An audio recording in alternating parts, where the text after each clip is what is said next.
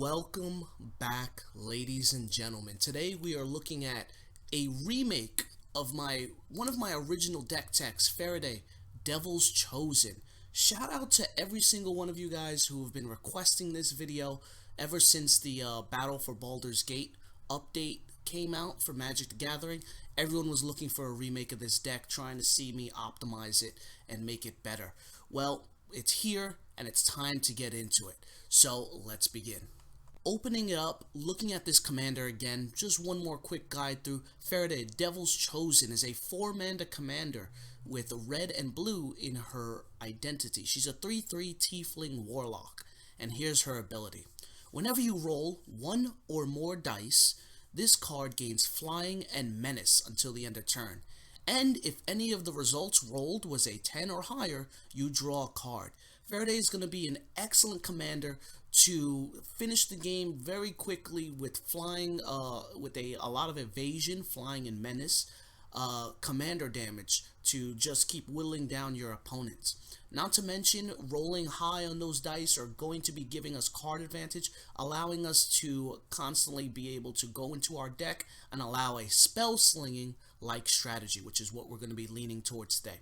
Now, there's a lot of different ways we can win with Farideh, and I'm going to start going into them. Obviously, if you've seen the deck already, not much has changed, but we're going to go into the whole thing from the top.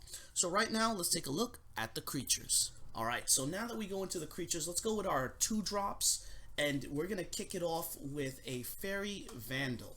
Right? So Fairy Vandal's a pretty good card. 2 mana, 1/2 flying rogue, flash flying. Whenever you draw your second card each turn, put a +1/+1 counter on Fairy Vandal. This is going to be very good so that whenever you roll a dice, if you roll a 10 or higher, you're drawing an extra card. So that's putting a 1/1 counter on Fairy Vandal. To combo off with that, we also have a Brazen Dwarf, a similar effect. Whenever you roll one or more dice, specifically when you're rolling a dice, this deals 1 damage to each opponent. So you see we're starting to ping down our opponents as well as increase our board presence just through our commander's effect. But now it's time to talk into some of the really good cards of this deck. Already at 2 mana, we have our 2 linchpins of this deck. Pixie Guide is kicking it off, and if you can see right here in this corner, we're going to be talking about Will next. But Pixie Guide, a 2 mana 1/3 fairy. She grants advantage. What does that mean? If you were to roll 1 or more dice, instead roll that many dice +1 and ignore the lowest roll. So now if you have a card that's allowing you to roll, say, 2 dice, with this card on the field, you're rolling 3 dice, and you ignore the lowest roll. So this increases the odds of us getting a 10 or higher to draw a card, as well as giving us a better result, because the way a lot of these cards work, when you roll a dice, the higher result usually gives you the better result. Now, going into the other version that also grants a pseudo advantage, we have Will, Blade of Frontiers. By the way, if you don't have Baldur's Gate 3, you have no idea who this guy is, unless you know the lore like a Chad. But Will is an amazing card. He's a 2 mana 1/1 human warlock. So whenever you roll 1 or more dice, instead roll that many dice +1 and ignore the lowest roll. These guys do stack together. So let's say you have both of them on the field and you play a card that lets you roll 1 dice. You would then roll 2 dice, 3 dice all together. Okay, so you'd be rolling 3 dice. Whenever you roll his next effect, whenever you roll 1 or more dice, put a +1/+1 counter on Will. So he's going to constantly be getting bigger, increasing his I would call it I call it like a pseudo taunt, because your opponents aren't going to want to see Will get too big and become a threat. So they're going to, and he gets big fast in this deck. So they're going to be looking to remove him as quickly as possible, which is fine. Any removal not spent on your commander is really good for us. So those cards are super important. Moving on, we have a low-cost rolling dice type card, the Arcane Investigator. For 6 mana, you roll a D20. If you roll a 1 to 9, you draw a card. On a 10 to 20, you look at the top 3, put 1 in your hand and the rest in the bottom of your library. Really good to just have something low that we can then pump as much mana as we have extra into it to allow us to roll dice. We have an Ironcrag Pyromancer. Whenever you draw your second card each turn, Iron Crag Pyromancer deals 3 damage to any target. An excellent just spot removal. You have an evasive card on your opponent's side of the field that really needs to die, right? But your opponent's not swinging out with it. This card would be great because if you roll a 10 or higher, you're drawing a card and you're popping off with 3 damage to that target or to your opponent's face, looking to ping them down. Moving on, we have the Chaos Dragon, a 3-mana 4/4 flying haste dragon. It has to attack each combat if able, but at the beginning of combat on your turn, each player rolls a d20. If one or more opponents had the highest roll, the Chaos Dragon can't attack those players or planeswalkers they control. This combat, at least. This card is here just to give us another roll. It's a fantastic card that your opponents get to roll something to, let them play the game a little bit, but really we're looking to just take advantage of all these dice rolls. So whenever we roll a d20, we're getting more triggers off of our commander. Yes. Next creature, the Feywild Trickster. This is a 3-mana 2/2 gnome warlock. Whenever you roll 1 or more dice, create a 1/1 blue fairy dragon creature token with flying. This card gives us good board presence, and really, if I was being selfish, I would have just asked, instead of it being whenever you roll 1 or more dice, it could have been whenever you roll 1 dice. Whenever you roll a dice, right, you would create a fairy. But that's me just wishful thinking right now. The Feywild Trickster is very good for helping us with board presence. One of the newer cards finally showing up, aside from Will, obviously, the Iron Mastiff, a 4-mana 4/4 doge with the metal on him. Whenever it attacks, roll a d20 for each player being attacked, and ignore all but the highest roll. Iron Mastiff deals damage equal to its power if you roll 1 to 9 to you, so be aware of that. If you roll low in him, he's going to hurt you. Iron Mastiff deals damage equal to its power to defending player if you roll a 10 to 19, and it deals damage equal to its power to each opponent if it rolls a 20. So this card is good, once again, to just give us some rolls. And here's the thing. You roll a d20 for each player being attacked. You ignore all but the highest roll. So this gives us increased odds to, once again, roll a 10 or higher, which gives us our Farideh triggers, right? Remember, a lot of this is going to be trying to help Farideh go into our deck. Moving on into the Clay Golem, a 4-mana 4/4 golem. That's great, but for 6 mana you can roll a d8, and it gains Monstrosity X, where X is the result. So you roll a d8. Now here's the thing about that: you'll never roll a 10 or higher with this card, which kind of sucks. But you are able to destroy a permanent once you put 6 mana into it, which is an excellent way to just make this Clay Golem really beefy out of nowhere, right? Maybe you swing out with the Clay Golem, and when your opponent doesn't block it, you tap down 6 mana and roll an 8. So that's 8, 9, 10, 11, 12. That's 12 damage that your opponent now has to take because they didn't block it. They weren't expecting that 4/4 to come in.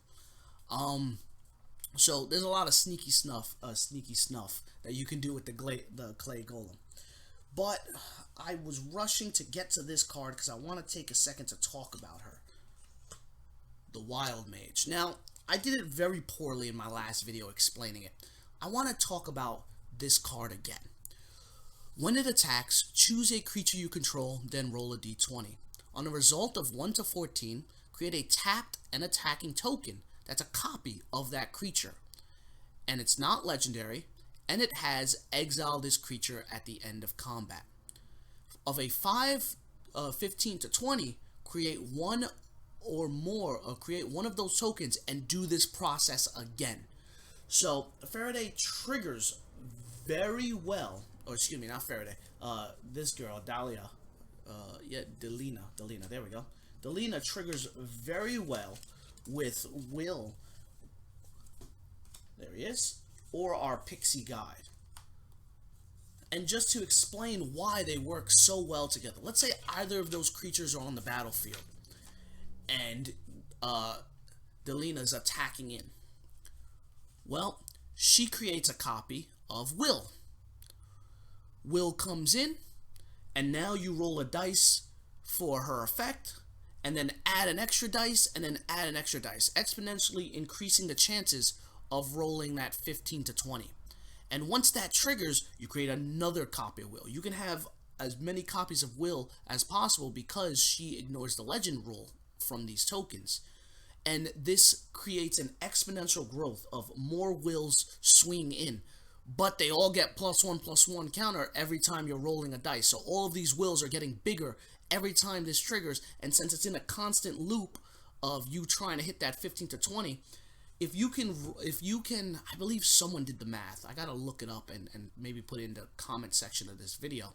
But someone did the math that if you can get past 3 Wills on the field, so activate her ability 3 times, then from 4 beyond, it's a win con. The chances of you rolling below a 15 or 20 once you're rolling 5 or more dice is so exponentially low that if you fail that, you better not go outside, because you're probably going to get hit by lightning and a meteor at the same time. Like that's how the numbers of this crank out.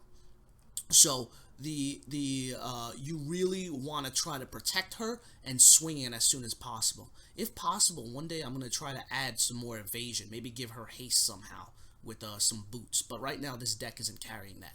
But she is a fantastic addition. This is another win con, so long as she's paired up with Will or that Pixie Guide. Okay, so moving on to the next creatures we got. We have a Dinjin Windseer. When it enters the battlefield, you roll a D20. For a 1 to 9, scry 1. For a 10 to 19, scry 2. And for a 20, scry 3.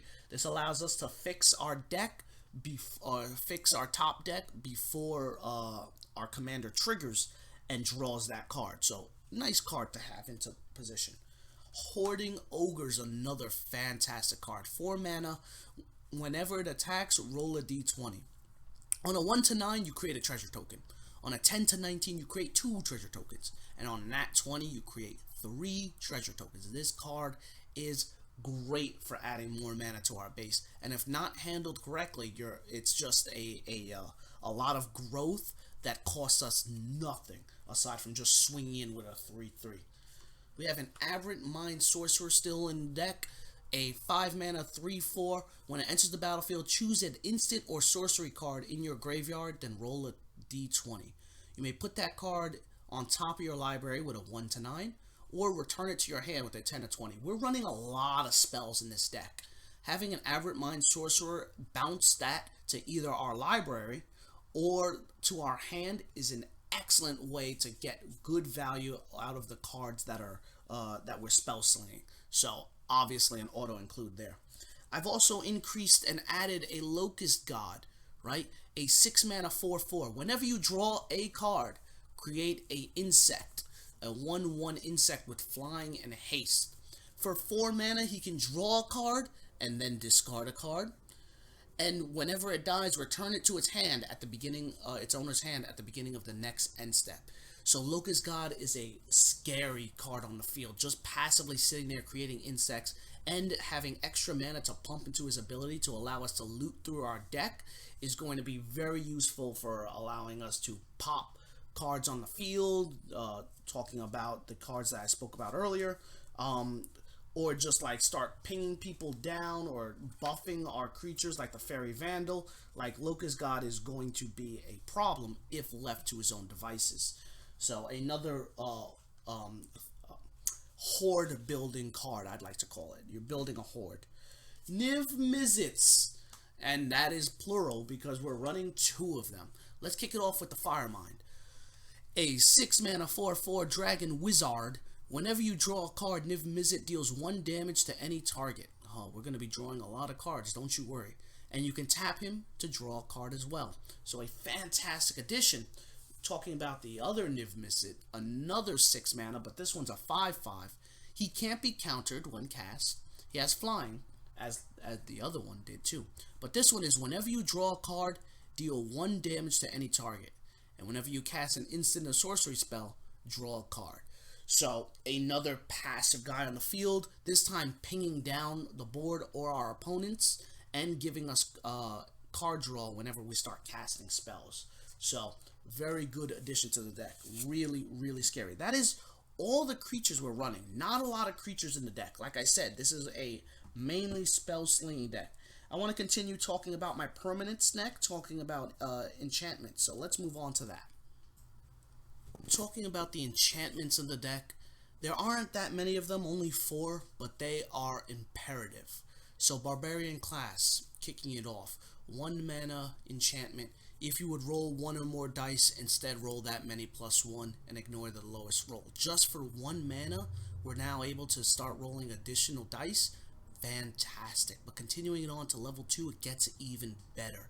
Whenever you roll 1 or more dice, target creature you control gains +2 and gains menace until the end of turn.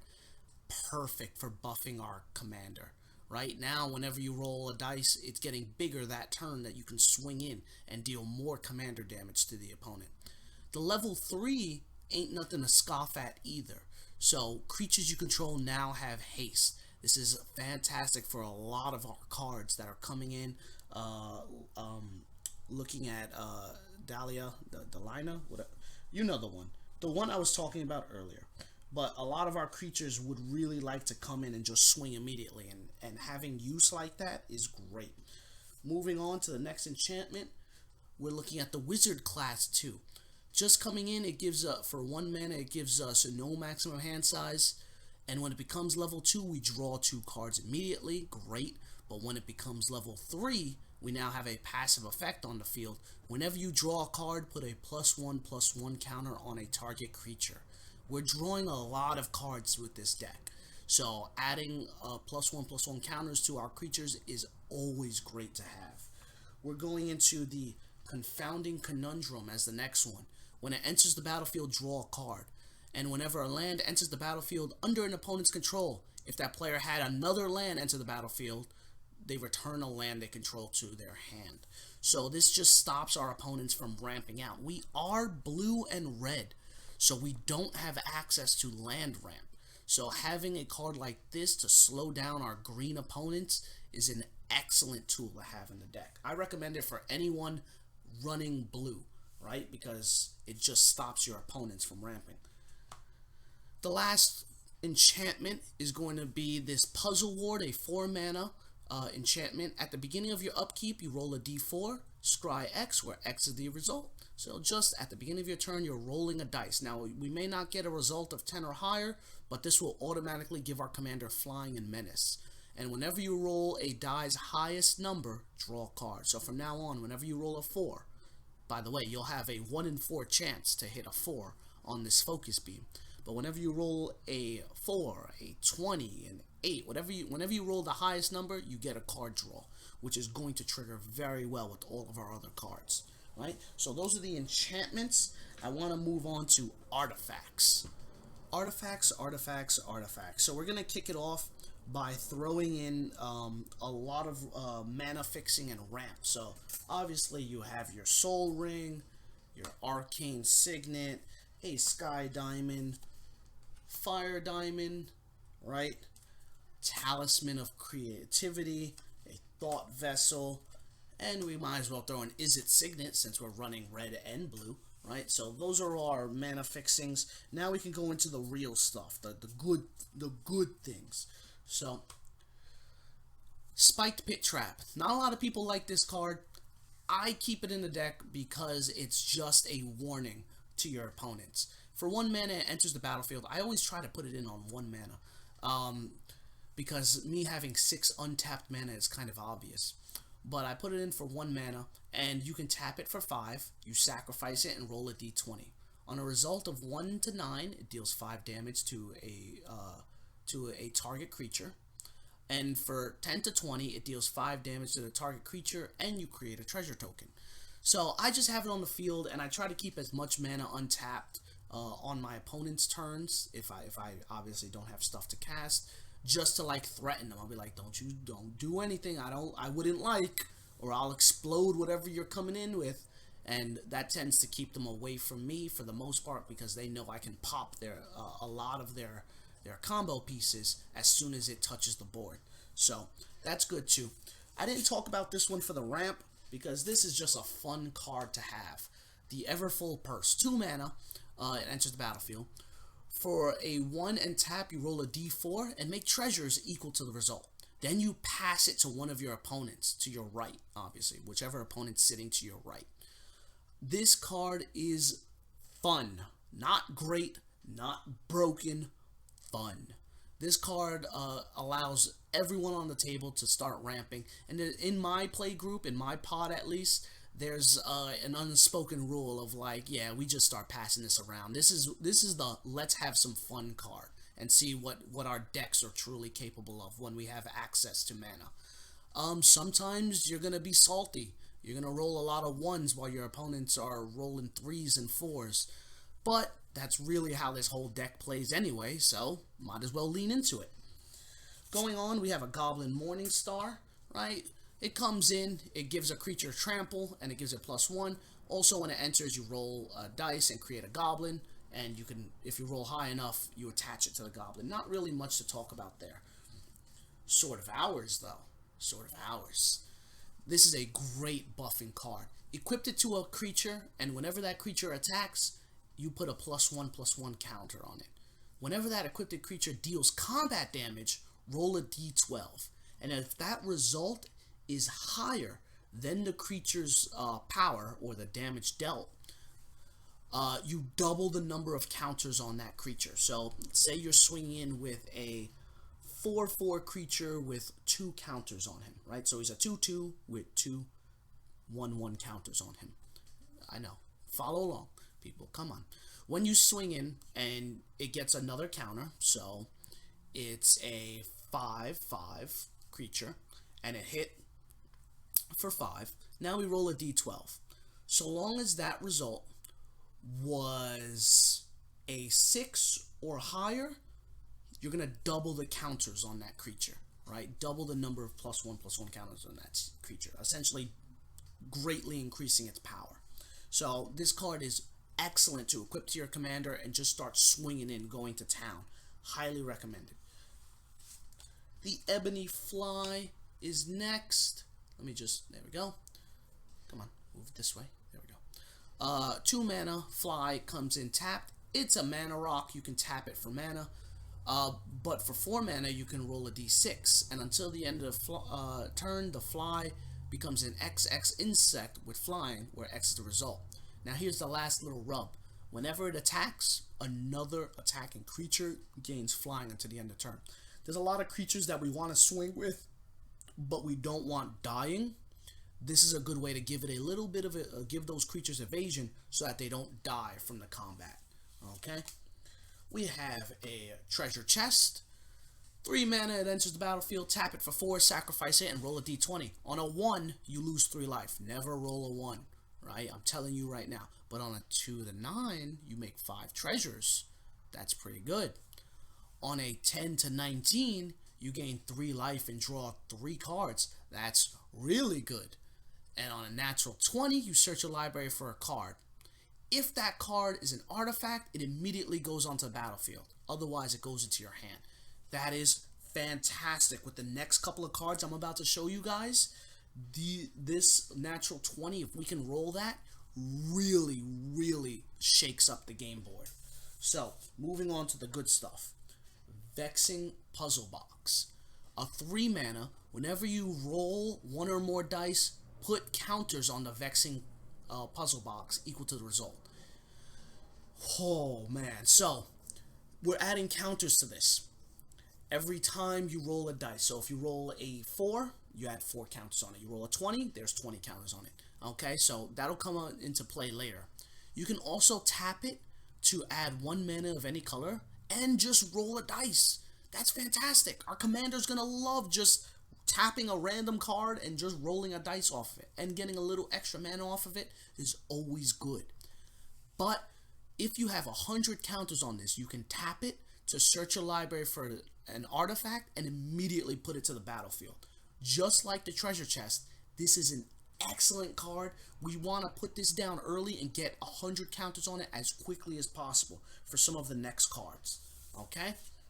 We have a component pouch here. The only reason I have it here in this area is because, once again, having the ability to just tap it and roll a d20 is great, right? But let's talk about what it does. You can tap it to remove a component pouch for it and add 2 mana of different colors. So it gives you 2 mana just by tapping it and removing a component counter.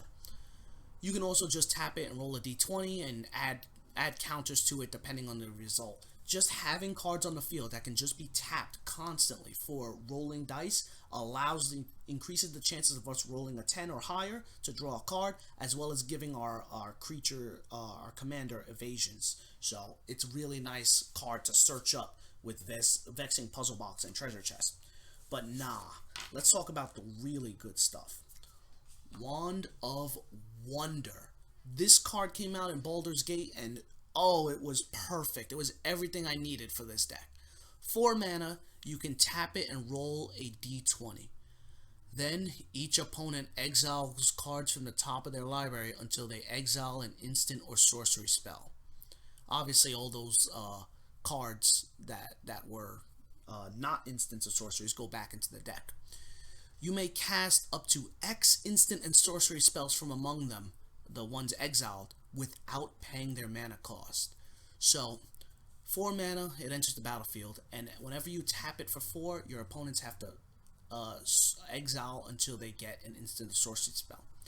We can then cast their cards depending on the result. So if we only rolled a 1 to 9, we're casting one of those exiled cards. If we're rolling a 10 to 19, we're casting 2 opponents' instants and sorceries. And if we roll a 20, we're casting all of our opponents' instants and sorceries. This card is so good at taking value out of our opponent and giving us value. The Wand of Wonder's fantastic. It's wonderful, right? I'm really searching for it if I get the Vexing Puzzle Box or Treasure Chest. But we have other choices as well. The Wizard's Spellbook is fantastic in this deck. It's really expensive to drop in, by the way, so 7 mana. But you can tap it to exile an instant or sorcery card from your graveyard, then roll a d20. On a 1 to 9, you copy that spell, and you may cast a copy. Unfortunately, you'd have to spend, actually, the mana to cast it. But if you roll a 10 to 19, you copy that card, you may cast the copy by paying 1 generic rather than its normal mana cost. But on a nat 20, you copy every single instant and sorcery spell exiled with this card, and you can cast all of them without paying their mana cost. This card should be this one, or this one should be the ones searched up with Vexing Puzzle Box or Treasure Chest. You really want to try to get these guys, okay? We have one more card, and I want to take a second just to talk about it. In my original video, a lot of people were talking about how this has anti-synergy with the deck. The deck of many things having anti-synergy with a dice deck. Yeah, I can see that. For 5 mana, it enters. You can tap 2 and roll a d20 with it. You have to subtract the number of cards in your hand from the result. So let's say you have 5 cards in your hand and you roll a 15. That means the result is 10. Anyway, if the result is 0 or less, so let's say you have 1 card in your, or let's say you have 50 cards in your hand somehow, and you rolled a 20. Unfortunately, that's 50 minus 20, you know, you're at 0, friend. You're at 0, and you have to discard your hand because the result was 0. So very dangerous. But here's the results.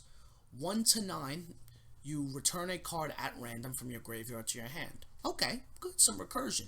10 to 19, you draw 2 cards. Okay, that's pretty good. We needed more card advantage. On a 20, so meaning you would need to have 0 cards in your hand and roll a natural 20. You can put a creature from any graveyard onto the battlefield under your control. And if that creature dies, its owner loses the game. So, a lot of people say remove this because the way this deck is working, we're drawing a lot of cards through our commander, and we are drawing with spells and things like that. And I can see a lot of that. But here's the thing, like, when you're down bad, this card could save the game. I've never seen it happen. I've never had it to happen when I play it. but it could in theory save the game if you roll a nat 20 and you have no cards in your hand. Maybe your opponent's doing some very unfun wheel and just hate on you right now, and you can't draw cards. Or maybe the way most times it's working for me, I'm getting either the 1 to 9 or the 10 to 19 result. I never activate its effect if I'm full in hand because I have other options. So this card is very useful if you are stalling out. You're not drawing the right things, your hand is a little lighter than you would like, maybe you're getting hated on by 3 other opponents. I've seen it. I've definitely been there when this happened, right? The deck of many things is useful for that, giving you a card to your hand or drawing 2, allowing you to get back into the game. That's why I kept it in. Some people say remove it, it's too scary. I say the reward outweighs the risk on this, and so long as you use this deck of many things smartly, you'll never have to deal with the discard your hand part of this card. That is the artifacts. Now we can go through all the spells and we can finish off with the lands. Ladies and gentlemen, we got a lot of spells to go through. Please excuse me if I start rushing. Brainstorm. Draw 3 cards and put 2 back to the top of your library. Opt. Scry 1, draw 1. Fantastic. If I can get more copies of things like Opt, I gotta look into it. I would add that to this deck. Anyway. Tormenting Voice. Discard a card, draw 2 cards. Thrill of Possibility. Discard a card, draw 2 cards. Seize the Spoils. Discard a card, draw 2 cards, and create a treasure token. Critical Hit. This one's nice. Target creature gains double strike until the end of turn, and whenever you roll a natural 20, this card comes back to your hand from the graveyard. So we're using this on our commander, and whenever we roll a natural 20, which the chances are pretty high thanks to a lot of these extra roll cards, this card will come back from the grave to our hand, allowing us to use it again. You come to the river. Return a non-land permanent to its owner's hand, so a nice bounce. Really good. Or find a crossing. Target creature gains +1 until the end of turn and can't be blocked. Sometimes our commander is going to be huge, but they just have the evasion to stop us, right? Find a crossing is a good way to just finish the game out with that little extra oomph and unblockable. You counterspell, right? We're running blue. We gotta have some counterspells. So you got your negates in there as well. Is it charm as well? I usually use it for the counterspell when I can, but I also have 2 damage to target creature or draw 2, discard 2 as like little extra options. Lose focus, right? We can replicate a lot with just 1 blue mana and make it so that it's almost impossible for our opponents to cast. Cancel, right? Counter target spell. You find the villain's lair. Counter target spell or draw 2 and discard 2. Really nice. Another counter spell, Will's Reversal. Oh, I got the nice one too. It's a 3 mana. Choose target spell or ability with 1 or more targets. You roll a d20 and add the greatest power among creatures you control. So if your opponent's casting a spell or activating an ability that's targeting 1 or more creatures, you roll a d20 and add the greatest power among the result. So let's say you have a 10-10 creature on your board and you roll a 1. That means your result is going to be an 11. Okay? For a result of 1 to 14, you choose new targets for that spell or ability. Awesome. For a 15 or over, you may choose new targets for that spell or ability and then copy it. And then choose new targets for that copy of spell or ability. So this is really good to... I put this in the counter spell section because it is just a counter spell. But it's us... Maybe they're trying to hit us with a board wipe. We play Will's Reversal and bounce that board wipe back to them or to an enemy, forcing the board wipe to hit that side of the board. Okay? One-sided board wipes, you know? Or maybe a targeted removal. We then remove their most important creature. And for 3 mana, something like this is really good to have. Moving on, we got the Berserker's Fury. This is good too. 3 mana. When you cast a spell, you can only cast it before combat or during combat. You roll 2 d20s. Ooh, rolling 2 dice is always nice. Ignore the lower roll. On a 1 to 14, you choose any number of creatures that must block this turn. Or a 15 to 20, you choose how your opponent blocks your attacking creatures. which is really, really good. Okay, sometimes when I roll that 15 to 20, I'm saying, okay, I'm going to choose how you block. You're not going to block this turn, and I'm just going to swing through with everything if that's all right. So, great thing to have. We got a Chaos Warp. We can use this on our own cards, by the way, but return target permanent. The owner of the permanent shuffles it into their library, then reveal the top card. If the revealed card is a permanent, he or she puts it into the battlefield.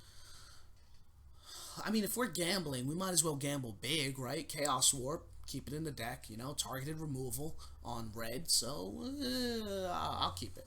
I like it. The Power of Persuasion. I still have nightmares about this card. 3 mana, you choose a target creature an opponent controls and roll a d20. On a 1 to 9, you bounce it to their hand. On a 10 to 19, that you force them to put it on top of their library. And on a 20, you gain control of it until the end of your next turn. Fantastic card. It's just another targeted, like, removal, essentially, because it is getting removed. But on that natural 20, I've told the story last video. I'm not going to go into it again. But this literally won the game for a person in our play group who just took my commander, my EDH commander, and swung at me with it and finished the game off. So, you know, Power of Persuasion, great card. Cone of Cold. 4 mana, roll a d20. On a 1 to 9, tap all creatures your opponents control. Okay, great.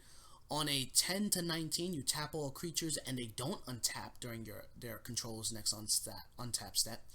And on a 20, you tap all those creatures. Those creatures don't untap until your next turn, and creatures you're in opponent's control from the enter the battlefield tapped until your next turn. So really good, like, hey, slow down card. We very rarely are going to get this 1 to 9, only if you're really unlucky. But 10 to 20 is a great result for us. We're contacting the other plane as part of our things. 4 mana, roll a d20. On a 1 to 9, you draw 2. On a 10 to 19, you scry 2 and draw 2. And on a 20, you scry 3, draw 3. Great draws. Thunderwave, a newer card. 4 mana spell. You roll a d20. Deals 3 damage to each creature. You may choose, on a result of 1 to 9, excuse me. On a 10 to 19, you may choose a creature. Thunderwave deals 3 damage to each creature not chosen this way. So this is going to be a board wipe on a 1 to 9, not a board wipe. This will be like 3 damage across the whole board. But on a 10 to 19, you can save 1 creature from that 3 damage. But on a natural 20, it's dealing 6 damage to every creature your opponents control. So it becomes a one-sided 6 damage board wipe at a natural 20. So really nice to use. Moving on, I'm telling you, we got a lot of spells. We got Farideh's Fireball, 5 mana, deals 5 damage to target creature or planeswalker, then roll a d20. On a 1 to 9, it deals 2 damage to each player, or on a 10 to 20, it deals 2 damage to each opponent. So we really want it for the 5 guaranteed damage on a creature, but getting some extra damage to your opponent's face is always nice to have. Now I have this not in the counterspell section because it's a bit more expensive and it's kind of obvious when you use it. 5 mana, exile target spell, then roll a d20 and add that spell's mana value. So if your opponent's casting a creature, right, before it touches the board, you can exile it. If they're casting a board wipe, something like that, you can exile it. On a 1 to 14, you cast the exile card for as long as it remains exiled. Essentially, you're stealing it. And you may spend mana as though it were mana of any color to cast that spell. On a 15 or over, you cast the exiled card without paying its mana cost for as long as it remains exiled. So this card essentially allows us to steal a card, not counterspell it. We're stealing it from our opponent, which is why I have it separate from the counterspell section. Aether Spouts is a a bounce. For every attacking creature, its owners put them in the top or bottom of their library. So if your opponent's swinging in at you and you need a way to survive, Aether Spouts is tried and true if you don't have money. Arcane Endeavor. Roll 2 d8s and choose 1 result. You draw cards equal to one result, and then you may cast an instant sorcery spell with mana value less than or equal to the other result from your hand. We got a lot of spells that are gonna love to be cast with Arcane Endeavor, right? But giving us either, let's say you roll 2 8s, you can draw 8 cards and then cast an 8 mana spell from your hand, so long as it's an instant or sorcery. So long as it's an instant or sorcery, that's a fantastic deal, right? So really good card. We have the other version of it, the red version, Reckless Endeavor. You roll 2 d12s and choose one result. Reckless Endeavor deals a board wipe equal to the chosen result, and then you create treasure tokens equal to the other result. So let's say you roll 2 12s. It deals 12 damage to the board, and then you create 12 treasure tokens. So stupidly good, stupidly good. The last spell we got, Diviner's Portrait. It is a 3 blue and an X. You roll a d20 and add the number of cards in your hand. On a 1 to 14, you draw X cards. On a 15 or over, you scry X and draw X. So this allows us to refill our hand if we have any issues and any problems looking through our deck. That is all the instants and sorcery spells for the deck. That was a lot. I'm going to get a drink of water, and then we'll talk about the lands and finish off. I'm back. I'm hydrated. Let's get to it. Utility lands. You got your command tower. Terrapomorphic Expanse. Evolving Wilds. Ash Barrens, because I am poor and I don't have any better versions of it. We also have Cryptic Caves. You can sacrifice it to draw a card. Activate it only if you control 5 or more lands. Reliquary Tower, great because we're trying to have as many cards in our hand as possible, so it's always nice to have. And Underdark Rift. We can exile it and roll a d10, put a target artifact, creature, or planeswalker into its owner's hand or its owner's library just beneath the top X card, whatever the result would be. So I can, let's say I roll a 10. I always like to talk about the highest result. Think positive, people. Let's say I roll a 10. I can take my opponent's creature and put it 10 cards deep into their deck. So really nice just removal bounce. We then have our tap lands. We got our reef. We got our gate. We got a lake. Right? And that's all the ones I got. We're filling out the rest of the deck with mountains and islands. As for the exact numbers, obviously, they're going to be in the description when I edit the deck on Tapped Out. Whatever. You guys get the idea. Let's get the finishing thoughts and close it out. What can be said about Farideh Devil's Chosen that hasn't been said already? In the last video, I said this is going to be either your favorite deck or the worst deck you'll ever play. That is still true, but now with a slightly higher chance of it being one of your favorite decks. Because a lot of the dice rolling got added in Battle for Baldur's Gate, it's become a lot more consistent in getting card draw and rolling properly. But that being said, all of our cards are based on luck. There's been times playing this deck, even this newer version, where I'm still getting demolished by the most, like, pre-constructed, like, fresh out of the box commander decks. Like, they just beat the snot out of me. But then there have been some games where I go toe-to-toe with Protean Hulk CEDH, like, decks, and I end up coming out on top because my rolls were just godlike. So you're either going to love it or you're going to hate it, but either way, it's just good fun to have. I highly recommend this deck. A lot of its cards are kind of budget too, you know, subtract a few, but really, if you really want to play Dungeons and Dragons in the middle of your commander games, this is the deck for you. Guys, thank you so much for checking me out. All of you who are asking for an update to the video, shout out to you guys, all like 12 to 15 of you. Really, give a like to the video if you like the video, comment, subscribe, all that good stuff. I'll see you guys next time.